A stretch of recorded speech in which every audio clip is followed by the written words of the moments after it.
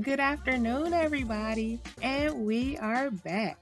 I am Shawnee, and welcome to TheShuneyView, designed for happy life, engineered to last.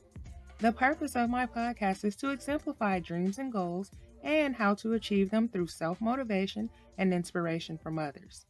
There's a saying, give a man a fish and you feed him for a day.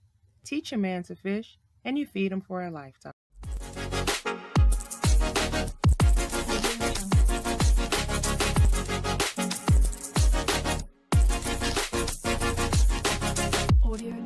Welcome to this week's episode of The Shawnee View. We are here with the legendary Todd Young. Hello, Todd. How are you today? Doing, Shauna? It's good to see you. I thought that you may have been related to us because we share the same last name. I think we all thought that for a moment. Did we? Okay. So you are a songwriter, a producer, and an engineer for the Third Zone Production. Yes. How long have you been into music? Roughly 40 years plus. Wow, that's amazing. So how would you say you were inspired to be in the music industry? The majority of the friends and people that I grew up with Yeah. were either musicians, been on the road with other musicians, or in the church. Okay. I can definitely You know, understand. everything comes from the church. Everything begins from church. And then it kind of blossoms from there because, when your mom sticks you in the choir, you got to go through all that. And yeah, I went through all that. Yeah. Okay, to a point where I'm hearing certain things Yeah. that went beyond the choir. Right. Okay, and then you kind of take it from there, and then that kind of sparked it to a degree. Okay. So would you say you were gifted or found a talent or skill in music beginning in church? Both, from what I understand. And the reason I say that is this wasn't coming from my mother. This was coming from my teacher, my instructor. Okay. She was classically trained and she didn't want to mess my ear up. And Nice. I didn't know what she was talking about. I'm like, what's wrong with my ear? You don't want to mess it up. She said, you hear the composition completed. Okay. I didn't understand that. So that is a gift. Let's just say if you sing me something, I'm hearing it done already. It's a gift. I'm like, okay, if that's what you call it. She says, no. See, because I give you a recital and then you put more in it than what I gave you. I'm like, is that what that is? Yeah. He's like, yeah, that's your ear. You hear too much. I'm like, I hear too much. She's like, well, you hear stuff completed. That's amazing. I can only imagine how your mind. No, because you hear it all the time. Yes. You hear it all the time. It sounds like you're gifted though. If she said she didn't want to mess up your ear, that's a huge statement. What she did is set me apart from the rest of the students. She said, I can't train you the way I train them. Right. She said, because they go definitely by just what's on paper. That would be You go by what's on paper and what's not on paper.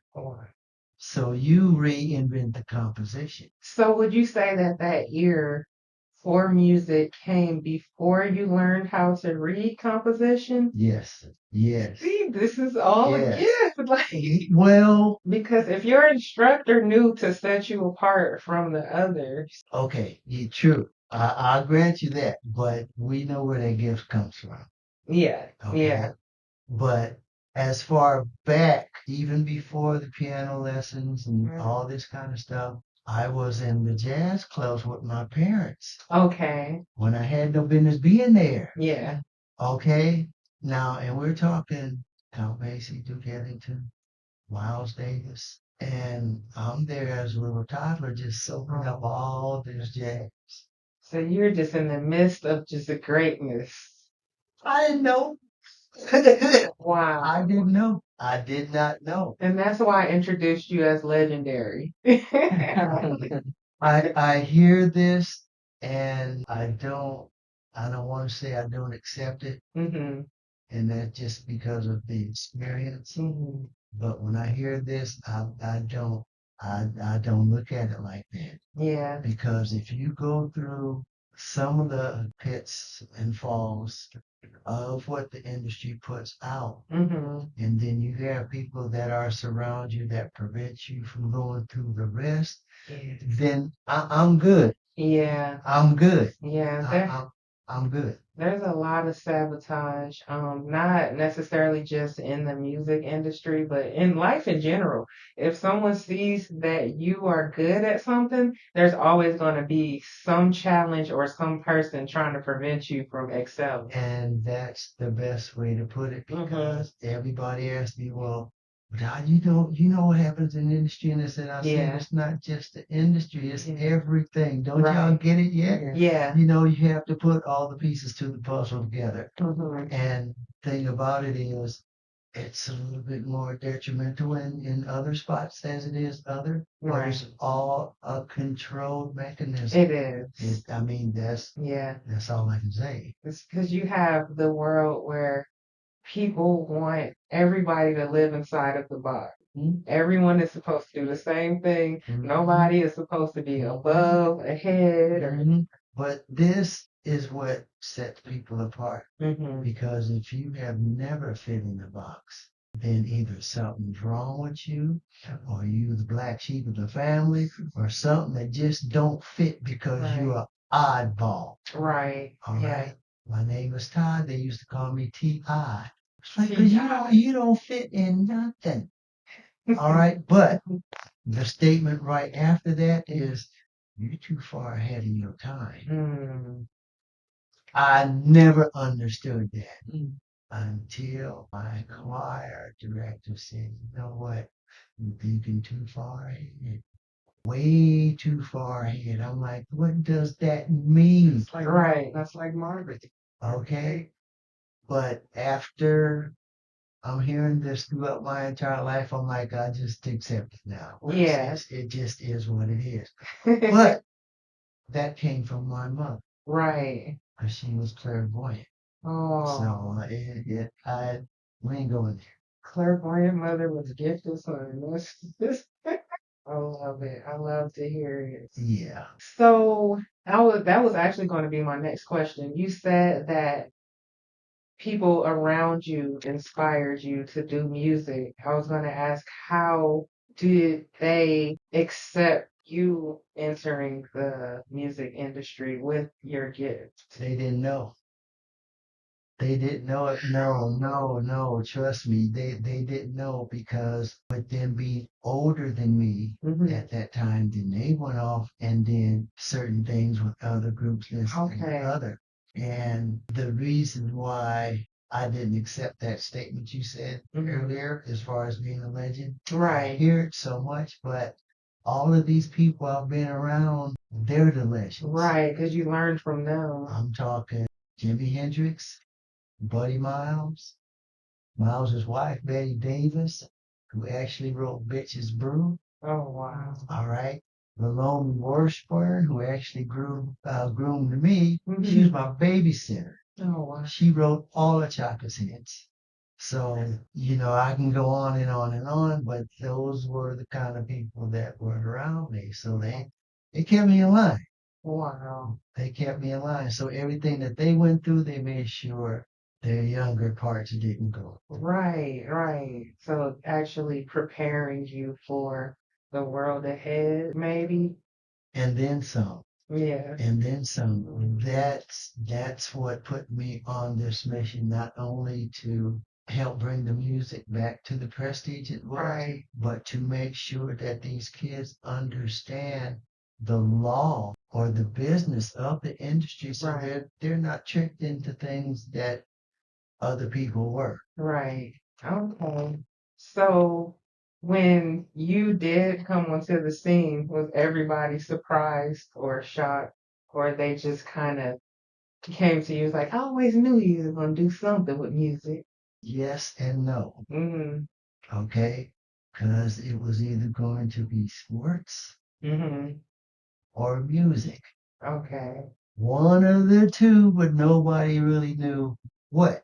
Okay. All right, but by the time we was in high school, well, we was already touring with everybody. So my high school band was the start of everything after my mother took me through this mirage of learning all these instruments. Right. Okay. Nice. So she taught you all of the instruments. What all do you? No, I was forced to learn all Oh. these instruments. And now I'm going to tell you just the truth about this thing. You know, this wasn't a willing participation deal.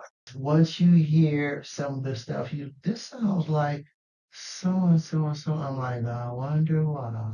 Wow. Okay. Okay, so I'm one of the people that were behind a lot of people. Okay. Not only ghostwriting, but just listening and learning myself Right. throughout the whole ordeal. Mm-hmm. So by the time I was well known, Mm-hmm. then I was approached by Joey Gallo. So she said, well, what do you want to do? I'm like, well, I'm not doing that. Yeah. Okay. Yeah. That's where that went. And that was when I formed my production company, which was 87. Yeah. I've been rolling ever since. Wow. So that brings me to another question, which would be with your experience in the music industry, how do you feel about the current music industry? Like, what are your thoughts on that? Legally, all contracts are wrong. Mm, The music itself has been put in a position where it's not music anymore. okay. It's digital sounds. It's not instruments. It's dark. Right. Okay. Yeah. It's dark. There's no consistency to it. There's no storytelling. There's no message. There's nothing. There's nothing else I can say about it. There's nothing. Yeah. All right. And this isn't just me saying it, so don't you be calling in here on her program talking all this stuff.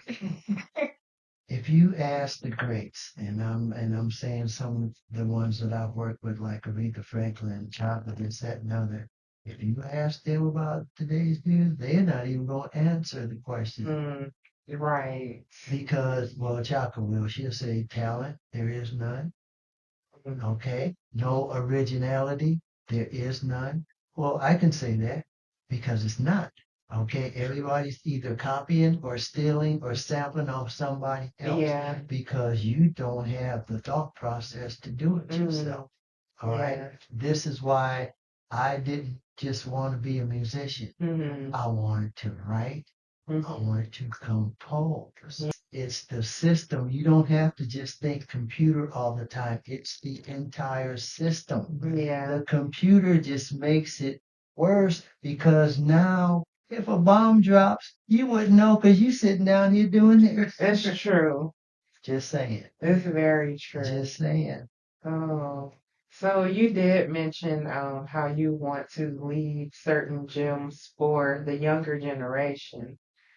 There's a project coming up called the Return to Love Project. What are your hopes in collaborating with Minor Elite and Miss Young on this project? Well, it's really not our hopes, but it's really our mission Mm-hmm. to pass this down. And when we say gems, or when you say gems, there's certain distinctive things that are done in music that are almost like trademarks. That is like, I know where that came from. No, this is the correlation from one musician down to this other generation of musicians. Okay. So I'm like, all right, let me hear what he got to say about this. Yeah. So he said, now I know some people might be mad at me because I'm not including so and so and so and so and so and so. He said, but my list. But he just didn't take it as far as I would have taken it. But he did without saying too much because he included Eddie Hazel, which was one of the lead guitar players of Funkadelic. Okay. Okay, so I said, well, yeah, you right on point with that. All right. But Jimmy played with the Isley Brothers long before he played with anybody. Really? With the exception of Little Richard. Oh, wow. Okay. because he was Little Richard's guitar player too. Oh, wow. Oh, history. Okay. It's a lot of good history. You have no idea. Connected everything is what I'm saying. Okay. This is why the influence of one musician, but I've got the last recording of her before she passed away. Really? So that will also be on this new project Okay. that we're doing with your mom. Okay. Okay. Okay, because So this is how this love. is how we're getting the kids involved. Right. So this way they don't get caught up in all of this stuff Mm-hmm. with our kids getting killed behind nonsense. Yeah. Behind contracts. Right. So this is what we're getting ready to start. So get ready. Okay? Because this way they're not going into this blind. Right. Right. You got the internet and stuff now. Mhm. You don't need a record company no more. Yeah. I didn't know that, but Yeah. now I know it officially. I learned a lot as soon as I stepped foot in without even speaking. I learned a lot. So speaking to you is very calming. Like, okay, there is hope for the future. Because you have to be a humble person. Yes. If you don't understand humility and being humble, Mm-hmm. then you're gonna let your ego take you somewhere you don't want to go. Right. Yeah. Okay? This is why love is important. It is so important because right now there's so much hate out there, you can cut it with a knife. Yeah. Yeah. Blatantly just take it. Okay? So this is needed. Mm-hmm. When I'll really wrap this up now. When I had a young person, he heard one of the instrumentals because he's a little rapper. He said, I've never had music make me feel a kind of way. Mm. Oh wow. That hurt my heart right 'Cause there, how? and he couldn't explain it. Mm. He said, but that song made me feel some kind of way. He said, I can't even explain it. Mm. He said, and it ain't a bad thing because I feel good, but I've never had music do that to me before. I said, yeah, because you've been listening to synthetic. Right. Right. Okay. I tell you that with me. I received that. I received that. Well, yeah, this was nice. That was great. It was great. If you like what you hear, please follow, subscribe, like, add, request, comment, and share. Yeah, all of that good stuff. See you Monday.